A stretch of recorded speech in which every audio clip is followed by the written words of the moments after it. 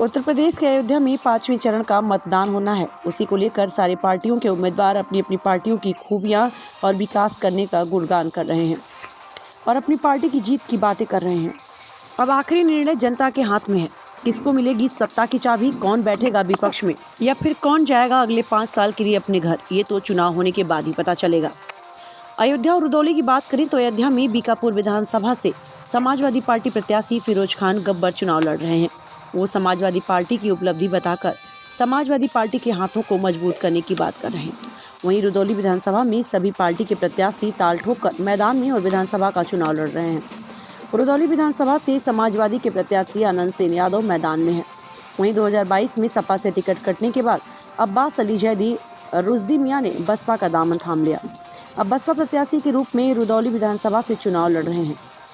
MIM party के प्रत्याशी के रूप में शेर अफगान भी पूरे दमखम के साथ रुदौली में चुनाव मैदान में उतरे हैं। क्या कहा इन उम्मीदवारों ने, ये सुनाते हैं आपको इस खबर में। और शोषित वंचित समाज की लड़ाई हम लोग लड़ रहे हैं।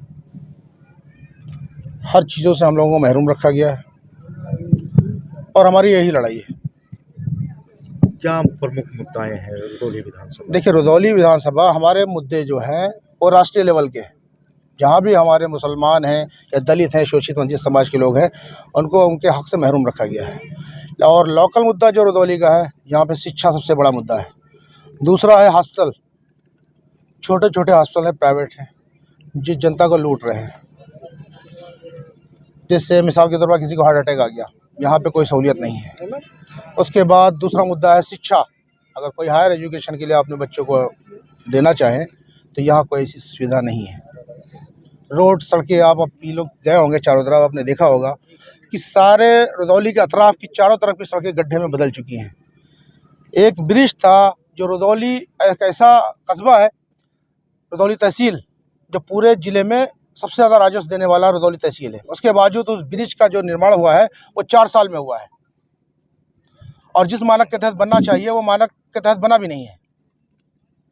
तो बहुत से ऐसे मुद्दे हैं, प्रमुख मुद्दे हैं, उसी पे हम लोग काम कर रहे हैं। रुदौली की जनता चुना नहीं, चुन चुकी है। इस वक्त लड़ाई MIM प्लस भाजपा की है। जाति और हर वर्ग का समर्थन हम लोगों के पास है, क्योंकि हम लोगों को 25 वर्ष हो गया इस क्षेत्र में कार्य करते हुए और बुजुर्गों का 200 साल पुराना इतिहास है। किसी दौर में भी हम लोगों ने किसी को कभी सताया नहीं, किसी को परेशान नहीं किया और कभी किसी में कोई भेदभाव नहीं किया, तो उसका पूरा फ़ायदा हम लोगों को मिल रहा है। आनंद सेन भी लड़ रहे हैं, रामचंद्र जी भी लड़ रहे हैं। कितनी कर रही फाइट? ये तो वो दोनों आप बता सकते हैं, आपस में लड़ रहे हैं, तो मैं नहीं बता सकता कि कितनी कर रही फाइट है। विकास की बात की जाए तो रुदौली में कितना विकास है? देखिए, रुदौली विधानसभा क्षेत्र में यहाँ के लोग, अब आप निकले हैं गांव-गांव आप जाएंगे, हम लोगों के कार्यकाल के बाद से यहाँ पर कोई विकास नहीं हुआ और ये हालत हो गई कि जो सड़कें हमारे द्वारा बनवाई गई थी, उन सड़कों की मरम्मत तक नहीं हो पाई। कोई ऐसी सुविधा नहीं हुई जिससे इस क्षेत्र के नौजवानों को रोज़गार मिलता। कोई ऐसा कार्य नहीं हुआ कि जिससे इस क्षेत्र का प्रशासन पे अंकुश लगता। प्रशासन पूरे 5 साल बेलगाम रहा, गरीबों को लूटता रहा और भारतीय जनता पार्टी के शीर्ष नेतृत्व। ये नया नहीं है। जनपद फैजाबाद में स्वर्गीय बाबू मित्र सेन यादव जी ने मेंबर ऑफ पार्लियामेंट का 6 बार चुनाव लड़ा है, जिसमें 3 बार उनको सफलता मिली है, 3 बार असफलता मिली है। और हम लोगों ने बचपन से लेकर के आज तक रुदौली, बीकापुर, मिल्कीपुर, अयोध्या सभी विधानसभाओं में काम किया है। लोगों से संबंध रहे हैं, अपने पुराने साथियों से व्यक्तिगत संबंध रहे हैं और आज पार्टी के साथी भी हमारे साथ हैं। ऐसी परिस्थिति में हम इसको नया क्षेत्र नहीं, अपना घर मानते हैं। समाजवादी पार्टी से बगावत करने के बाद उन्होंने बसपा का दामन थामा और वहाँ वो अब बसपा से चुनाव लड़ रहे हैं, तो कितनी टक्कर? देखिए, बहुत स्पष्ट है, बहुजन समाज पार्टी और भारतीय जनता पार्टी में कोई अंतर नहीं है।